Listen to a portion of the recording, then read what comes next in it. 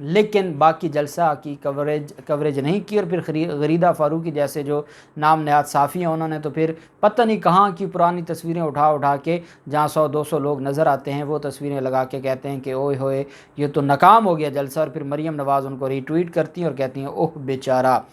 اب دنیا کہتی ہے کہ عمران خان کا جو جلسہ تھا، عمران خان نے تو اسلام آباد کا ریکارڈ ہی توڑ دیا، جو 27 مارچ کو عمران خان کا اسلام آباد میں جلسہ ہوا، آج تو پشاور کے لوگوں نے وہ سیٹ کر دیا ہے آج کہ اس کے بعد اب کراچی اور لاہور کے لیے یہ ایک امتحان بن گیا ہے، کیونکہ اتنی بڑی تعداد میں اتنی بڑی گیدرنگ جو اور ایسا کراؤڈ کہ جو روزے کے ساتھ افطاری کراؤڈ نے پنڈال میں کی، اور اس کے بعد رات کے 11:30-12 بجے عمران خان خطاب کر رہے ہیں اور وہ فریش ہو کر عمران خان کو جواب دے رہے ہیں، تو یہ بتاتا ہے کہ جب جذبہ ہوتا ہے، جذبہ انسان سے بہت کچھ کرواتا ہے۔ اور یہ بہت عرصے بعد ہم نے دیکھا پچھلے کئی سالوں میں کہ عمران خان نے قوم کا وہ جذبہ جو ہم اپنی کتابوں میں پڑھتے ہیں کہ 1947 اور اس سے پہلے قائد اعظم محمد علی جناح نے جب لیڈ کیا تھا، اور اس وقت جو پاکستان مسلم لیگ تھی اس کو لیڈ کیا، اور جو پاکستان کی آزادی کی جو جنگ تھی اس وقت ہمارے مسلمانوں کا یہی جذبہ تھا، جو آج اس طرح کی جو بیرونی طاقتیں ہیں ان سے چھٹکارا پانے کے لیے ہم بدقسمتی سے آزاد ہو گئے۔ ہمارے عظیم قائد اعظم محمد علی جناح ان کی ڈیتھ ہو گئی، اور اس کے بعد ہم نے امریکہ کی غلامی میں اور مغرب کی غلامی میں ایسا پڑے کہ ایک وقت تھا کہ ذوالفقار علی بھٹو اس سے نکلنے کی کوشش کی تھی، جو ہم نے پڑھا ہے ان سے اختلاف اپنی جگہ، لیکن انہوں نے ان کو بھی ایک جواب دیا تھا یا ان کے سامنے بولے تھے، اور ان کے سامنے بولنے کی ان کو سزا دی گئی تھی۔ اور اس کے بعد اب عمران خان وہ لیڈر ہے جو ان کی آنکھوں میں آنکھیں دکھا کے ان کو جواب دے رہا ہے۔ آج عمران خان نے جہاں پر باقی چیزوں کے حوالے سے بات کی، وہاں پر عدالتوں کے حوالے سے بھی بات کی۔ عمران خان نے آج اپنے خطاب میں جو چیئرمین ہے پاکستان تحریک انصاف کے، انہوں نے کہا کہ میں نے آزاد عدلیہ کے لیے جیلیں کاٹیں، میں عدالت سے پوچھتا ہوں کہ رات کے اندھیرے میں عدالت کیوں لگائی، میں معزز ججز صاحبان سے پوچھتا ہوں کہ وہ مجھے جواب دیں، میں نے کیا جرم کیا تھا کہ آپ نے رات کے 12 بجے عدالتیں لگائیں۔ اس ایک جملے میں ایک پاکستانی اپنی آنریبل جو سپیریئر جوڈیشری ہے اور آنریبل ججز ہیں ان سے یہ سوال کر رہا ہے کہ مجھے بتائیں تو صحیح کہ میں نے ایسا کون سا جرم کیا تھا، کیا میں کو امریکی سازش میں ملوث تھا، میں کو ملک کی سالمیت کے خلاف تھا، میں نے کو ملک کے ساتھ غداری کی تھی، میں نے کو ملک کا سودا کیا تھا، میرا قصور بتا دیں۔ قصور صرف یہ تھا کہ جس کے خلاف 40 ارب روپے کی منی لانڈرنگ کا مقدمہ ہے، وہ شخص کیسے وزیر اعظم بن سکتا ہے اس دن جس دن اس کے اوپر فرد جرم عائد کرنی ہے۔ میرا قصور یہ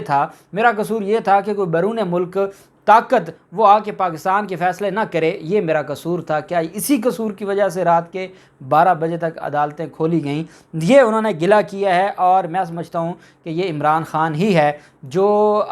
ان کو اختلاف ضرور ہے آنریبل کورٹ کے فیصلے سے، لیکن وہ آج بھی عدالتوں کے ساتھ کھڑا ہے، اور وہ قوم کو یہ نہیں بتا رہا کہ عدالتوں کی توہین کرنی ہے، بلکہ وہ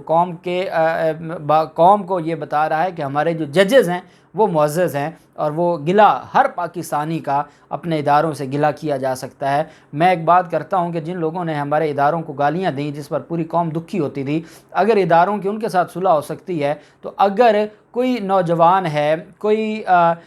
کسی دکھ کی وجہ سے کسی کو یہ لگتا ہے کہ جو کردار ادا کرنا چاہیے تھا وہ نہیں کیا گیا، ہر کسی کی اپنی ایک رائے ہے، اگر وہ راہ سے بھٹک بھی رہا ہے تو اگر ان کو معاف کیا جا سکتا ہے تو ان کو بھی سینے سے لگایا جا سکتا ہے اور معاملات حل ہو سکتے ہیں۔ اور یہ جو پکڑ دھکڑ ہے اور یہ ساری چیزیں میں سمجھتا ہوں کہ یہ چیزیں واضح ہو گئی ہیں، اور میں اگلے ویلاگ میں آپ کے ساتھ آج جو ایف آئی اے نے کارروائی کر کے ان ملزمان کو عدالت میں لاہور کی عدالت میں پیش کیا تھا، اس کا بھی میں آپ کے سامنے ایک بڑی اہم چیز پیش کرنے جا رہا ہوں کہ وہ پاکستان تحریک انصاف کے نہیں ہیں، اور پاکستان تحریک انصاف پر یہ جو الزام لگایا گیا یہ ہرگز جھوٹا ہے، اور وہ آج ایف آئی اے نے ثابت کیا، اس کی تفصیل بھی میں آپ کے ساتھ شیئر کروں گا۔ خیر، عمران خان نے آج کہا اپنے جلسہ میں پشاور میں کہ جب بھی کوئی وزیر اعظم ہٹایا جاتا تھا تو پاکستان میں تو مٹھائیاں بانٹی جاتی تھیں، مگر جب مجھے ہٹایا گیا تو ساری قوم پورے ملک کے تمام شہروں میں سڑکوں پر نکل آئی۔ آپ نے مجھے عزت دی، میں اللہ تعالیٰ کا شکر ادا کرتا ہوں۔ اور آپ نے دیکھا ہوگا کہ وزیر اعظم عمران خان کے نکلنے پر قوم سڑکوں پہ نکل آئی، اور شہباز شریف کے وزیر اعظم بننے پر ان کے گھر کے باہر بھی کوئی 10 کارکنان نے کھڑے ہو کر کوئی مٹھائی تقسیم نہیں کی، یا ان کی حق میں کوئی لوگ باہر نہیں نکلے۔ حکومت جانے کے بعد یہ پہلا پاور شو تھا، اور انہوں نے کہا کہ یہ لوگ سمجھتے تھے کہ عوام امپورٹڈ حکومت کو تسلیم کر لے گی۔ قوم نے اپنا فیصلہ سنا دیا ہے، امپورٹڈ حکومت نامنظور، یہ نعرہ لگا دیا عمران خان نے۔ انہوں نے کہا کہ آج قوم نے فیصلہ کرنا ہے کہ ہم امریکہ کے غلام بننا چاہتے ہیں یا ہمیں حقیقی آزادی چاہیے۔ امریکیوں نے بڑے ڈاکوؤں کو مسلط کر کے ملک کی توہین کی۔ سابق وزیر اعظم نے یہ بھی کہا کہ ہم غیروں کی حکومت کو نہیں مانتے، یہ باہر سے مسلط شدہ تمام لوگ ضمانتوں پر ہیں، شہباز شریف اور اس کا بیٹا ضمانت پر ہے، سارا شریف خاندان ضمانتوں پر ہے۔ ان کا کہنا تھا کہ شہباز شریف پر اربوں روپے کے منی لانڈرنگ کے کیسز ہیں۔ جس دن پی ٹی آئی نے کال دی اس دن شہباز شریف کو چھپنے کی جگہ نہیں ملے گی۔ انہوں نے کہا کہ میں پاکستان کے تمام شہروں میں ان کے خلاف سڑکوں پر نکلوں گا، غیرت مند پاکستانیوں کو، ہم کسی بے غیرت حکومت کو نہیں مانتے، ہم ان چوروں کو حکمرانی کے طور پر کسی صورت قبول نہیں کریں گے۔ انہوں نے کہا کہ کان کھول کر سن لو، یہ 1970 کا پاکستان نہیں ہے جب امریکہ نے ذوالفقار علی بھٹو کی حکومت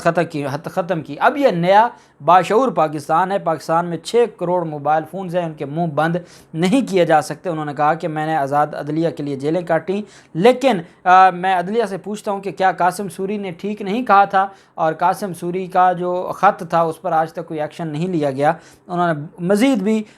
قوم سے یہ کہا ہے کہ وہ جلد الیکشن کے لیے ہر شہر جائیں گے، اور اس کے بعد پوری قوم کو اگلے ہفتے جس دن کراچی میں جلسہ ہوگا، انہوں نے قوم سے کہا ہے کہ پورے پاکستان اور ہر شہر میں لوگ باہر نکلیں اور احتجاج کریں، اور تب تک یہ احتجاج نہیں رکے گا جب تک زبردستی الیکشن نہیں کروایا جا سکتا۔ تو میں ایک تو کے پی کے کی جو تنظیم ہے پاکستان تحریک انصاف کی، ان کو مبارکباد پیش کرتے ہیں کہ جو آج انہوں نے جلسہ ارینج کیا، اور انتظامات بہت اچھے تھے اور بہت کامیاب جلسہ تھا۔ اب دیکھنا یہ ہے کہ یہ جو عوامی ایک سمندر امڑ آیا ہے، اس کا اگلے دنوں میں آنے والے دنوں میں کیا ریاکشن آتا ہے، جو بھی تفصیل ہوگی آپ کے ساتھ شیئر کرتے رہیں گے۔ اللہ پاک پاکستان کا حامی و ناصر ہو۔ بہت شکریہ۔ اللہ حافظ۔ پاکستان زندہ باد۔